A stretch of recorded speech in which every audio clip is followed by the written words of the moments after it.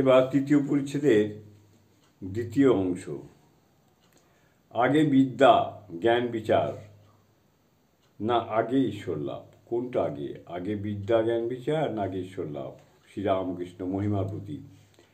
শাস্ত্র কত পড়বে, শুধু বিচার করলে কি হবে?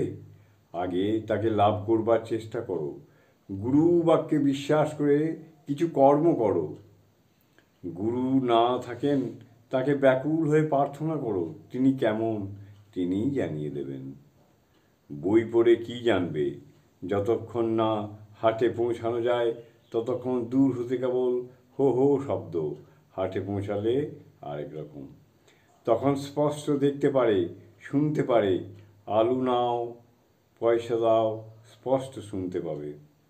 সমুদ্র দূর থেকে হো হো শব্দ করছে, কাছে গেলে কত জাহাজ যাচ্ছে, পাখি উঠছে, ঢেউ হচ্ছে, দেখতে পাবে। বই পড়ে ঠিক অনুভব হয় না, অনেক তফাৎ। তাকে দর্শনের পর বই শাস্ত্র সায়েন্স সব খড়কুটো বোধ হয়। বড়বাবুর সঙ্গে আলাপ দরকার। তার কখানা বাড়ি, কটা বাগান, কত কোম্পানির কাগজ, এ আগে জানবার জন্য অত ব্যস্ত কেন? চাকরদের কাছে গেলে তারা দাঁড়াতেই দেয় না। কোম্পানির কাগজের খবর কি দেবে?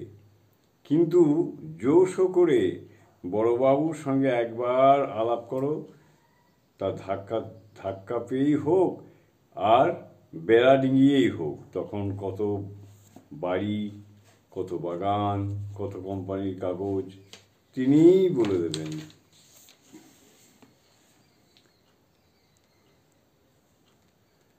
বাবুর সঙ্গে আলাদা হলে আবার চাকর দারোয়ান সব সেলাম করবে। বাবুর সঙ্গে যদি আলাপ হয়ে যায় তখন আবার সেই দারোয়ান চাকর সবাই তোমাকে সেলাম করবে, সকলের হাস্য। জয় ঠাকুর।